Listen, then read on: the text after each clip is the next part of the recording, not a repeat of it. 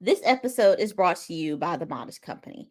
The Modest Company helps introverted entrepreneurs get the publicity they deserve without feeling overwhelmed. To get more information, head to themodcosc.com or click the link in the show notes. Hey, and welcome to another episode of the Marco Podcast.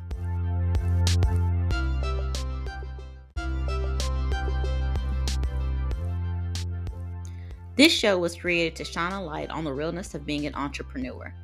Why organization is not a one-size-fits-all, why you need to give yourself grace, and so much more. The Modco podcast aims to provide motivation, inspiration, or encouragement for you to keep going after your dreams. I'm your host, Angel. Sit back and prepare for valuable tips, resources, laughs, and so much more. If this is your first time here, welcome, and thanks for joining. If you've been hanging around for a while, welcome back, and I hope you brought a friend.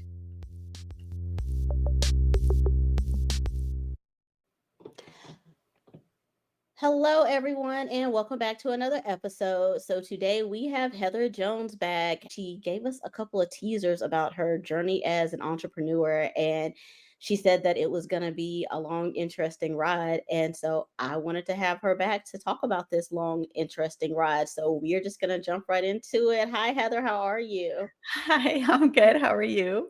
I'm doing good, thank you. And I just realized that last time you was like, "Oh, make sure you have your coffee." And I don't have my coffee, but I did drink some before. I see you got yours. I did drink some And I before we drank got some before. started.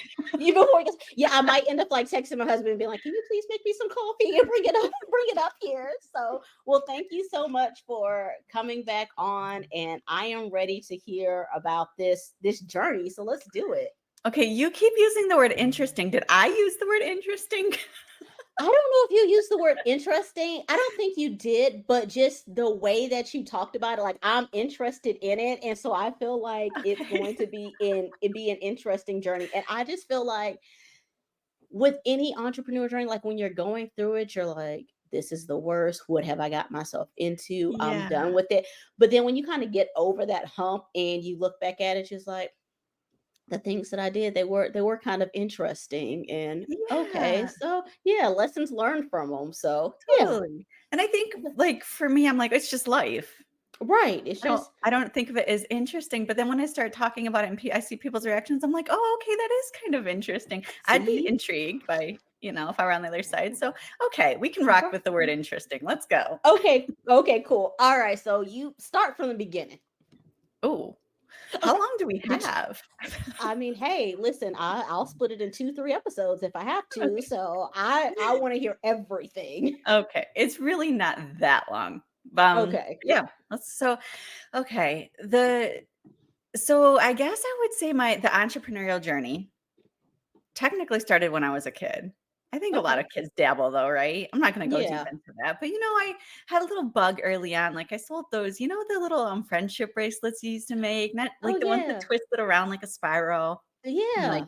yeah, some of those cool little patterns. I used to make those. I did a craft fair with somebody, and I did like little things as a kid. I don't think I knew I was going to be an entrepreneur someday at that point. It was just I was creative and I needed an Right. outlet, and so I did that. And then fast forward to after I got out of the army and I started exploring my interest in baking because I had always had an interest in baking. Okay. My mom turned me on to baking when I was little. I used to bake with her. And then so I would bake like actually let's go back a little bit. I would bake from my room in the barracks when I was in the army. I Oh had wow, like you were a little dedicated. I had a toaster oven. I don't even think we were supposed to have those. I had a toaster oven in my barracks room, and I would make like banana bread for everybody in the barracks. You know what? But easy bake ovens, like that was the original toaster oven for kids. Right? Was the little Right? easy. First of all, I'm mad that I never had one. And my mom listens to this, so mom, I'm still mad about that easy bake oven that I never got. But so that was the original toaster oven. So if you could bake in the easy bake oven, you could definitely make banana bread in the toaster oven. I could make yes, and it worked out. So Yeah. when I got out of the army, I went into like a 9 to 5 and was working as a contractor. But at the same time, I was going to school for baking and pastry arts, and that's where the entrepreneurial journey kind of started. So I was working full time. I was going to school full time, but the intention behind going to school for baking and pastry arts was to open my own bakery. Okay. And so I was learning to bake, like, professionally, not from my toaster oven, on a bigger scale. Yo. Um, and during the program, I did a business plan. So, like, I was serious. I was going to open my bakery. I had a whole Okay. plan. I had this whole idea what it was going to be about, and all the things. I had big dreams for this bakery. It was going to be a brick and mortar. So, like, I was going to have a physical location where I went into every morning and I baked all day long and I sold my baked goods, and people came in and they had their coffee and they hung out and they got on their computers, and it was just going to be this amazing space. Yeah. And then my husband, who was in the Army still at that time, hit me with the, I want to reenlist. And I was like, but I like what I'm doing here. Right. Right. Yeah. So I didn't love it. I always, like, I would have bet money before that moment that I would never be an Army wife, that I would not be raising what they call, I hate this term, by the way, but military brats. Oh, I'm Yeah. one. Yeah, I don't like the term. I don't know why. Like, I don't know where it they're not. came from, but yeah. Military kids are some of the most amazing kids ever. We are. Resilient and just flexible and all the amazing things. I don't like military brats, but that's whatever. That's my own personal little thing there. Okay. It's okay. That's fine. But I would have bet money I was not going to be an Army wife or any of those things. And we talked about it, and it did make good sense for our future and financially and all the things. So I gave up my dream of opening my bakery. At least for the time, I was putting it on the back burner so my husband could pursue the military career. And in giving that up, I followed him to his next duty station, and I got pregnant with our first child. And I was like, I'm not going to find another job every 3 years and try to manage the house and find childcare for our kid and blah, blah, blah, all the things. And so I decided to stay home. And so everything entrepreneurial just,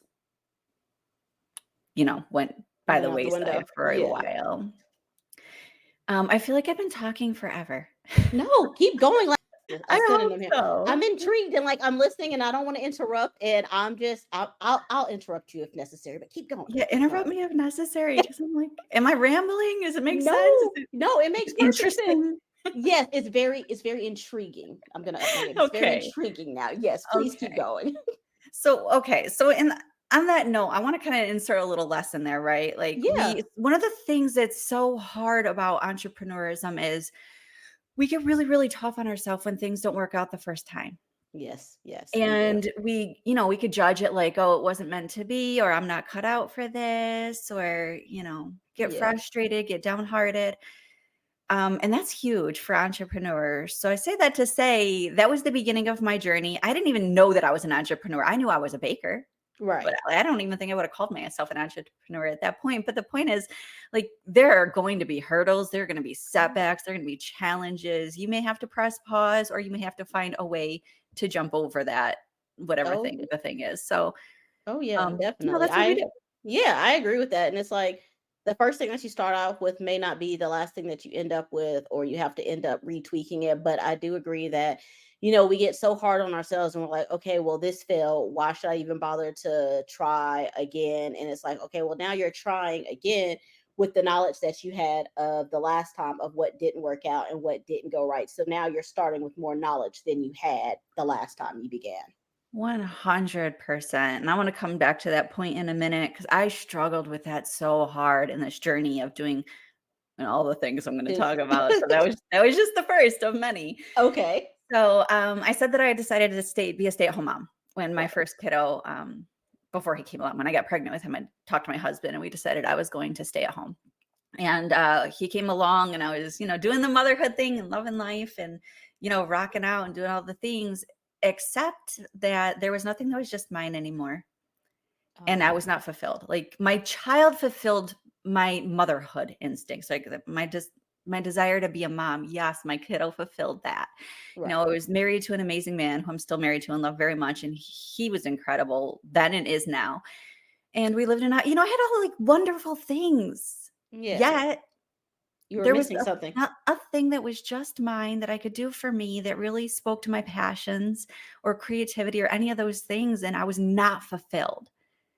And it was Right. hard to admit that because I'm like, is that selfish? Right? I know a lot of moms, Oh, yeah. entrepreneurs, women feel that way. I have a child, I have a husband, I have a house, I have all the things that I need, and I'm not fulfilled. Right. And not only do we feel that way, but society makes you feel that way. Like it's like society makes you feel like, well, you have the house, you have the husband, you have the kid. What are you upset about? What's bothering you? What could possibly be wrong in your life? And then I hate when people are like, well, I don't have a husband, or my kids don't listen to me, or I don't have a house. And it's like, I'm not trying to take anything away from you. I'm just Right. saying that yes, I have these things and they're wonderful, they're great. I love them, but I feel like I need something for myself, and that something is missing. When people, they try to make you feel so bad and so guilty about that, and there's nothing wrong with it. Like, let's stop shaming each other. Let's stop shaming each other. And I can empathize with your journey. I can support you on your journey. It doesn't look like mine. Your challenges are yours and you get to have them. That doesn't take away from my challenges. Exactly. Each and every one of Exactly. us has challenges and they are real. And you get Yes. to claim them and you get, to do whatever work you need to do to be in them and move past them. But Yes. nobody gets to downplay that on your No. behalf. It's not their place to do that. Right. But again, we go back to society, right? So many of us feel this way. And so I think that it's really, really important for you to hear, if you take away anything today, nobody else's journey gets to impact how you feel about your own. I love that. I love Me too. that. This is why you're a life coach. I try. So, okay. So moving forward, I was getting the itch. I'm like, I need something that's mine. I have all these wonderful things, but I really need something that speaks to like something that's calling inside to do something more.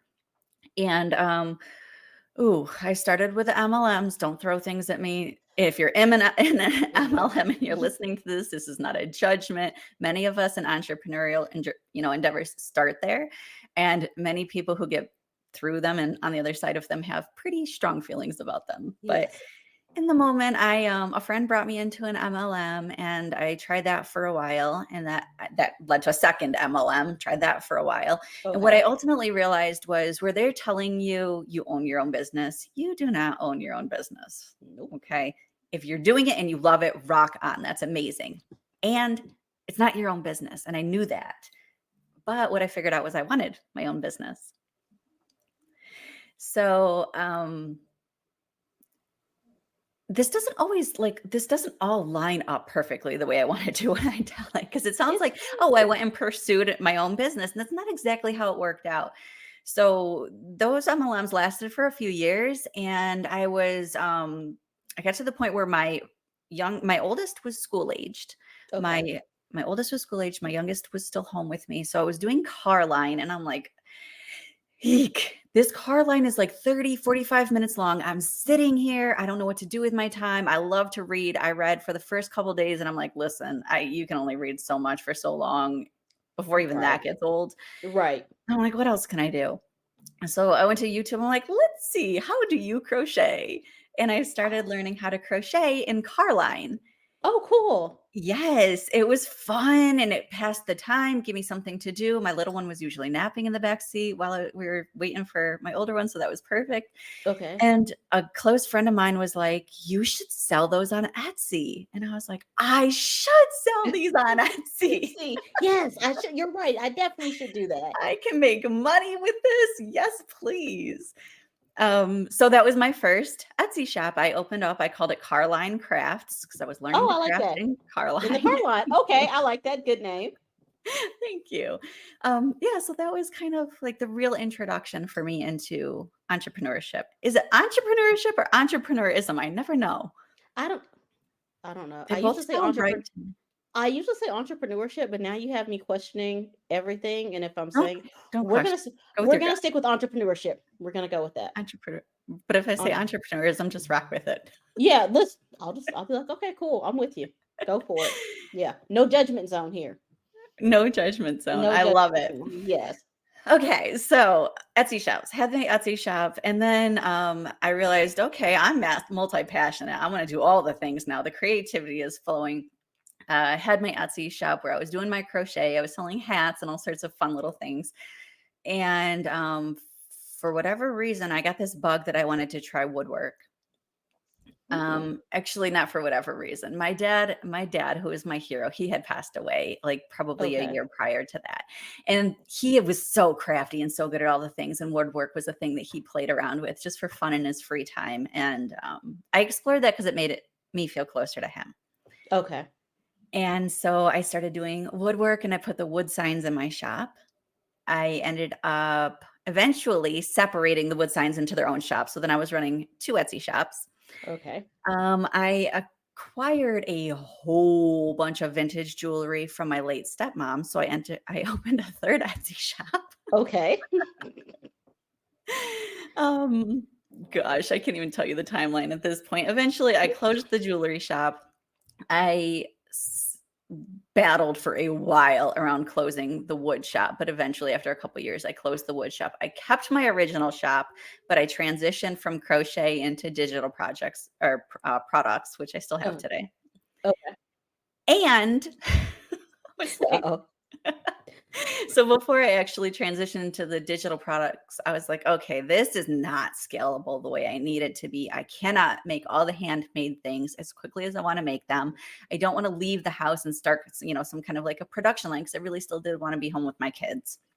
And my body was broken from, I don't know, my time in the military, beating up on it for true, carrying children, all the Oh, yeah. things. My neck is a mess. My spine is degenerate, like all sorts of horrible things. I'm like, I can't be crocheting or, leaned over woodwork all day painting signs. It was Yeah. hard on my Yeah. body. And that's another thing is that was a passion thing for me. I loved working with wood. I loved feeling close to my dad. That was kind of my connection to him after he was gone. I love doing funny, like sarcastic wood signs. So I loved making people smile. When I had to let go of that, that was hard. Like there was some emotional stuff to work through there. Yeah. And that's just, another thing to visit kind of on the topic of when we're transitioning. It's not always going to be guilt that we feel. Sometimes it's going to be like a mourning period, something that we have to let go of. We don't Oh, really yeah. truly want to. And Right. maybe there's just kind of other reasons dictating why it's necessary. And it's important to let yourself do that thing. It's not weird. Yeah. It's not weak. It's normal. You Right. No, it's have to definitely go through the process. yeah, it's definitely a mourning period because even when I was doing my crafting business and I just realized that okay, this isn't working right now, it's taking a toll on me. Like it took a lot for me to completely give it up. Like I'd be like, okay, I'm gonna give it up. And then I get a new idea and I'm like, okay, I'm gonna try this idea. And then that didn't work. And I'm like, okay, I'm gonna give it up. And then something else would come. And it finally took me to being like, you have to do this. So it takes a while. Like it really does. It does. It does. Yeah. So, I mean, if that's a thing you're realizing, like you're transitioning, your heart's kind of still in the old thing, but deep down inside, it doesn't make sense. Like, it's okay to mourn it. It Yeah. is okay to feel sad when you're letting something go that meant so much to you. And Right. it's okay to claim a new thing in the It process, is. It is. which is just what I did. Okay. So, when I realized that I couldn't scale the way I wanted to, went to Google. By the way, we're going to revisit some of this because there's a zillion other lessons built in there that I'm just totally like breezing past. Okay. Yes, we'll come back to the Um, lessons. okay. So I went to Google and I'm like, oh, what can I do that's scalable from home and, all the things. And life coaching came up.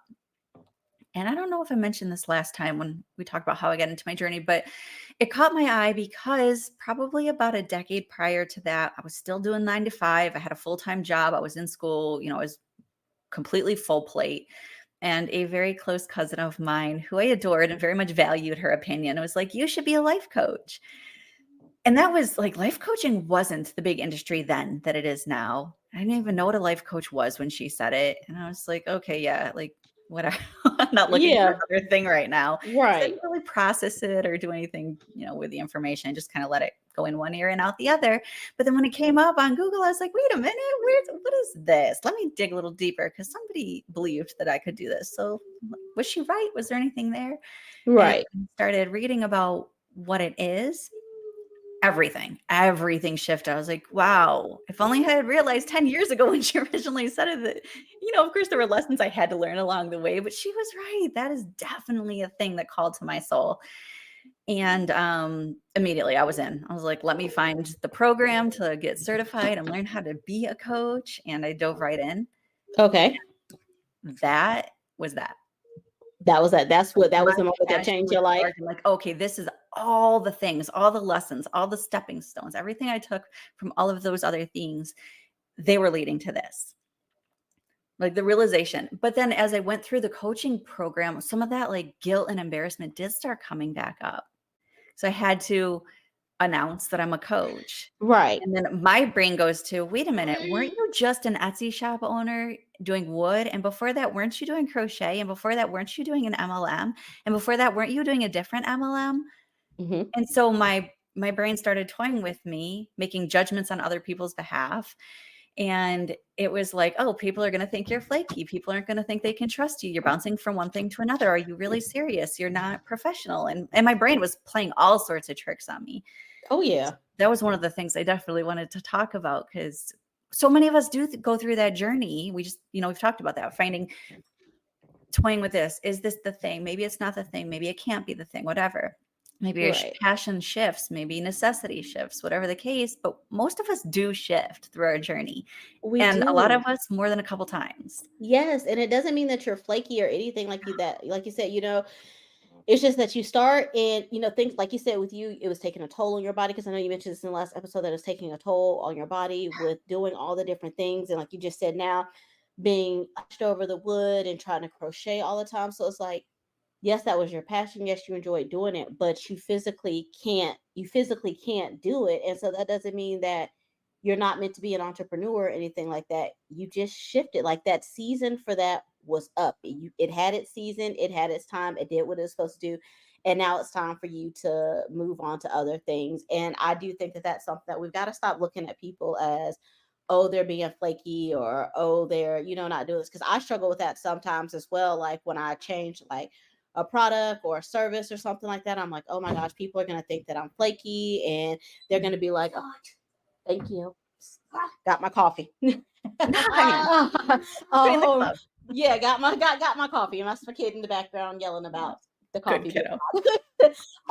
And so it's like, no, I'm not flaky. It's just that things have shifted and I need to do something else now. And like, oh yeah, I'll say like when I change my products and services and stuff, I'm like, oh my gosh, they're gonna be like, what is she doing? She has no clue what she's doing. And it's like, but I do. It's just I need that shift in life. Yeah. Yeah, absolutely. There's a concern like people aren't going to think that you're an expert in what you do, but that's really, as a professional doing what you do, of course you want to be viewed as the expert. But then your mind starts playing, they're not going to think you're an expert. You jump from one thing to the next. So yeah, the mind starts playing all sorts of tricks on you. And it just, that inner critic that I talk about all the time goes Yes. flipping wild. Oh yes, that inner critic is horrible. I'm tired. Horrible. I'm gonna name my inner critic, and I'm also tired of my inner critic. But yeah, I'm gonna give it a name. I don't know what yet, Okay. but I'm gonna You give and it a me name. can do a little session for fun, just you and me Oh yeah. later, not here Okay. on the show. Okay. I love it. I I'm wouldn't here put you on for the it. spot like that. But I have an exercise that I take clients through where we characterize the inner critic and name it Oh, so that you can quiet it. quiet it. Okay. Yeah. I like that. We're definitely gonna do that. Okay, I love Yeah. it. So now we've shifted out of doing the Etsy shops and we're into the life coaching now. Yeah. Okay. Yeah. So I'm just almost 3 years into my Okay. journey as a life coach. My passion is bigger today than it was when I started. So I know like this is in my heart. I know this is a long-term thing. Is it forever? Can't guarantee that. I'm multi-passionate. I like to, and now I'm okay with switching gears when it makes sense. Right. But I know that this is where I am going to be for the foreseeable future. I love what I do. And there's so much, opportunity and exploration here for myself and for what I can do for clients. Right. And so so that was, it just came to mind was one of the things I was wanting to say. I had to do coaching of my own, right? So because I need it because I'm a human and because it was required to Okay. get certified in the program that I went through. And That so makes one of sense. the things that kept coming up for me was seeing all of my old entrepreneurial endeavors as failures. And so carrying the feeling of failure into my new endeavor. I hadn't reached the level of financial success I wanted in any of the previous ones. And so, there are lots of definitions of success, and truly the only definition that matters is yours for you. But for me, it was very much financial. Like there were things that I saw that I wanted, and I overlooked all the other areas of success that I had attained because I hadn't attained that one area financially. And so I brought that into coaching with me, and I was like, well, I didn't have a lot of confidence in who I was going to be and this was early on. Gratefully, I was able to move past this, but Right. I thought, well, why do I think I'm going to succeed in this? I didn't succeed in any of the other things that I did, and I saw them as failures. And it took a lot of coaching to come to the mindset where I could really truly believe this mindset. Because it's one thing to say it, it's another thing to believe it. And that's ultimately where you have to get. But to believe that those weren't failures. There was wisdom in every single one of those things that I did. There were lessons that I carry with me today that I use today that I brought from those experiences. They weren't failures, they were stepping stones. Right.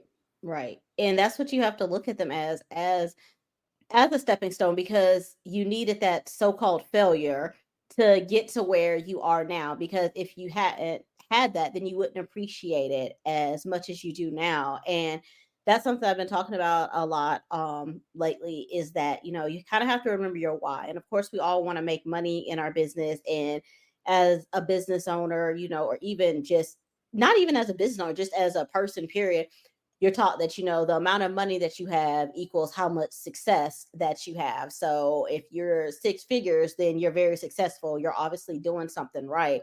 But that can't always be the case. Like that can't just be your only reason for wanting to do stuff, because when those dry periods hit and the money's not coming in, okay, what's going to keep you motivated? What's Yeah. going to keep you going when things are slow and the chips are down, but you still have this business to run? If the money is the only thing that's going to keep you going, well, then you're going to stop right then and there. Mhm. But if it's the fact that you're doing something you love, you're helping people, you're putting information out there, that's what's going to keep you going until the money starts back coming in. Yeah, 100%. So what if your definition of success includes more than one aspect, right? Yes. And what if each time you are feeling down, you look at the little successes that you have attained and you give yourself permission to celebrate them Yes. instead of dwelling on the things that aren't quite going the way that you want them to right now? That Correct. those mindset set shifts make all the difference. And there's so many other things too, right? Like I'm a somatic coach, so I never say that it's just mindset. Like there's so much Right. going on in the body too. When I say, okay, so not everybody knows what somatic is. Somatic is that connection between the mind and the body and using the Okay. body to process and whatnot. That said, the mindset is so powerful, right? Like when we Yes. shift those little ideas of success, instead of does this thing that I didn't attain, this goal that I didn't reach suck? Yeah, it does. And you get to feel that, just don't live in it. Right. And then when you're ready, process it through and refocus on the things that you are attaining that you can celebrate Yes. and allow those things to carry you to the next step. Right. Don't And forget to don't, pause and celebrate. yes, that's what I was gonna say. Yes. Don't let don't let one bad thing ruin all of the good that you have worked on and that you have achieved. Like you said, acknowledge it. And I think you talked about this in your last episode. Like acknowledge it and then move on from it. Like let it go and focus on what's good and what's right and what's actually making you happy. Because if you dwell on that one little thing, then it's just gonna ruin you. Yeah. Yeah, Yeah. that's not the place that I want to get stuck. That's not the Right. place that I hope for other people. My hope, Mm. my hope, I don't get to determine what other people do, but Right. but that's not what I want for other people. And I hope that they don't want that for themselves either. Yeah, I agree with you on that one, Heather. So let's I share love it. some of these lessons that you Okay. learned. So I already started talking about some of them, just, Okay. so some of those were like, are they failures? Are they really failures? I don't really think that there is any such thing as failure in, in your journey anywhere, but since we're talking about business, unless you just quit, straight up quit and period. Like, Okay. Yeah. because you stop believing in yourself. And then, Right. if you want to choose to use the word failure, that's really entirely up to you. But I don't think that anything that we do and we don't see the exact amount of success or reach the full goal or whatever it is a failure. It's an opportunity for a lesson. And if you're willing to and you look for that lesson, knowing that if you're in the thick of it and your emotions are like, I don't like to use the word negative for emotions, but if you're in like the hard, tough emotions, the Right. sadness, the frustration, the anger, the whatever it is, overwhelm's not, you get the Yeah. point. I got you. If you're in that and you're looking for the lesson, you may not find it because it's cloudy in there right now, right? Right. Everything's not as clear as it will be. So, do the thing, do the experience, be in the emotion. Like we said a moment ago, move through it and then look for the lesson. I bet you'll find it. Yeah. I bet you will find those lessons, what you were to take from that, what learning and experience. And perhaps when you really step away from it, you'll even realize that you could give yourself a confidence boost around what you accomplished, instead of being so hard on yourself. Right. Because success, it may not always look like how you think it's supposed to look, but if you really sit down and pay it attention, you're like, oh, hey, I am successful, or this project or this venture, it did turn out to be successful. It didn't look like how I thought it was going to look or how I wanted it to look, but I Right. did it. It's good, So like you said, you just have to look for those positive things because there's something positive in there. You Yeah. can't focus so much on the negative of it. 100%. 100%. And it's not about pretending the negative doesn't exist. Like, do the Right. tough thing. I advise, like, be in the tough things. Right. Just don't live in them. Don't Right. stay there. Don't let that be your go-to to exist in. Right. Another really big lesson that came up for me through all of, the journeys and everything that I've been through, and I know just probably 100% people can relate to this, if not 100, very close to it, Okay. is the comparisonitis. Mhm. Yes. Yes. If Oh, you could have yes. seen Angel's face just now, like, oh yes, we've all been Yeah. there. All been there. Yes, that is definitely a struggle. It is. It is, and it almost feels like the natural thing to do when you're kind of trying to find your way to look around and see what other people are doing.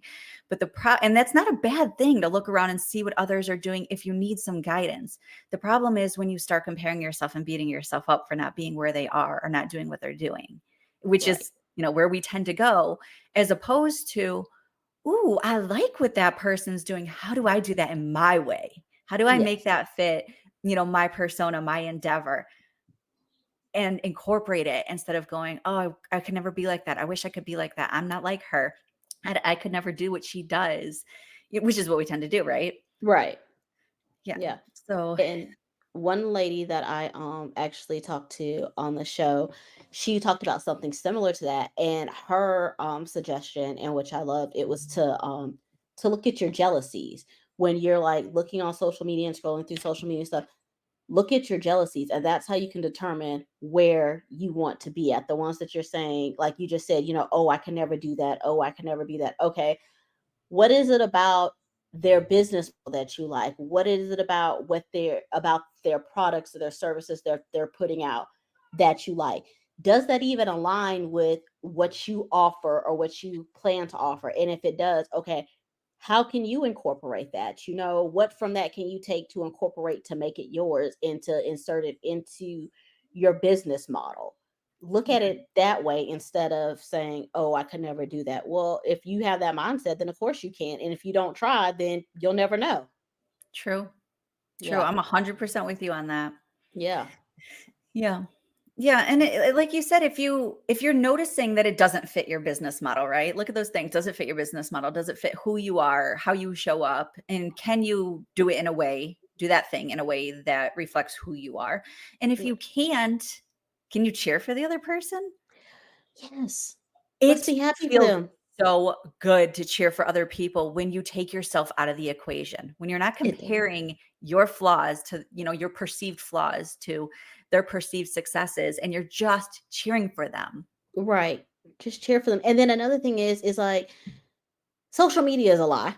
It A is lot. it is a big fat lie. Like, you are seeing what people want you to see on social media. Not saying that there aren't people on social media who are real and who are vulnerable and who are sharing, their true struggles and stuff like that. But there's also a lot of lies on social media. And so just because you see that somebody is out there offering a product or a service that costs $5,000, a month, or $5,000 for, 3 months, that doesn't mean that anybody's actually buying it. I mean, we will never know if someone's buying it or not. All we see is their Mhm. price and what they're saying, but you don't know if anybody's buying that product or not. And so now you're spending all this time being jealous and being upset and comparing yourself to them instead of seeing what you can do to incorporate in your business to offer a product. And also, you can't go from offering a $50 product to trying to offer a $5,000 product. Like, you can't make that big jump. You have to build connections with people and build relationships with people. And I think that's like one of the problems with comparison and stuff, is that we just think we're just supposed to get right there, and we spend so much time comparing ourselves that we don't actually put in the work to try to reach those goals. We just don't. Yeah. Yeah, you're absolutely right. There are so many lies being sold on social media, and it's hard to know what is the truth and what's not. And just because that was somebody else's truth, it doesn't mean that you are not capable, but I wouldn't assume that their journey matches, what's going to work for you. Right. Do it Right. do it in the way that makes sense to you. So if that means starting at the bottom, you start at the bottom. If you Right. know that you don't need to start at the bottom because you have all this other experience and whatnot under your belt, okay.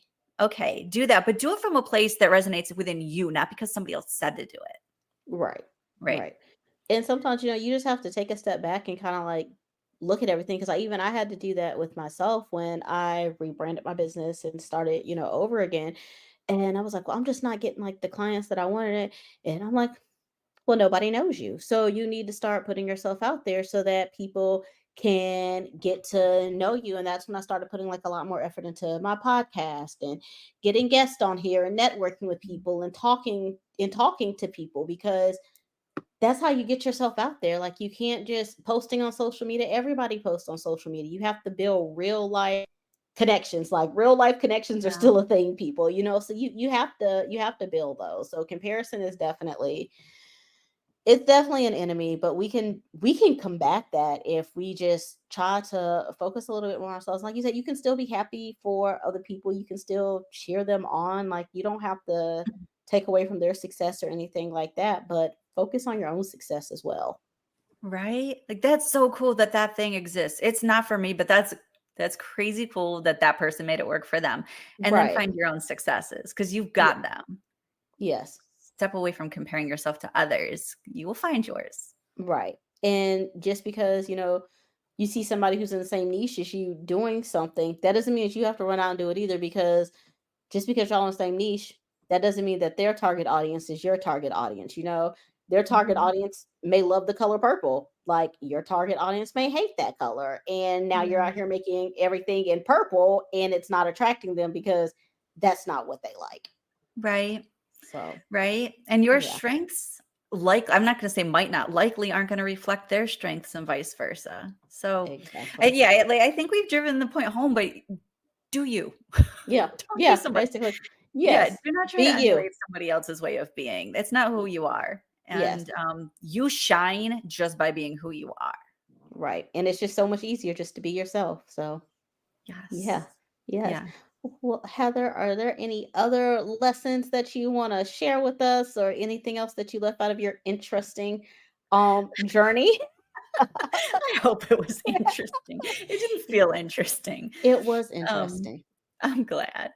Uh, There's always going to be a million lessons that'll come up, but no, nothing specifically comes to mind right now about something else that I want to, talk about here today. I just really, really hope that anybody who's listening gets gets out of their own mind, hears what we're saying to them and realizes, okay, I've been, Okay. in this cycle of inner critic and kind of being tough on myself. And I am ready to jump out of that and see a new way forward.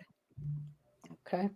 Awesome. Well, Heather, thank you so much for coming back again and sharing that story with us and just telling us about where you were and where you are now. I think it's awesome. You kept pushing through and you didn't give up, and that's what it's all about. So, and before we go, tell everyone how they can connect with you again. Okay, so the easiest is my website, heatherjonescoaching.com. Okay. But if you like social media, I'm on Facebook, Heather Jones Coaching. I'm on Instagram, Heather_Jones_coaching. And then Okay. LinkedIn is where I've been spending most of my time lately. And that's just Heather Jones Coaching. So it's pretty easy to find me if you just like Google Heather Jones Coaching. Okay. Okay, cool. And I'll make sure to link it into the show notes as well. So thank you so much, Heather, and I hope you enjoy the rest of your day. Thank you. You too. Thank you.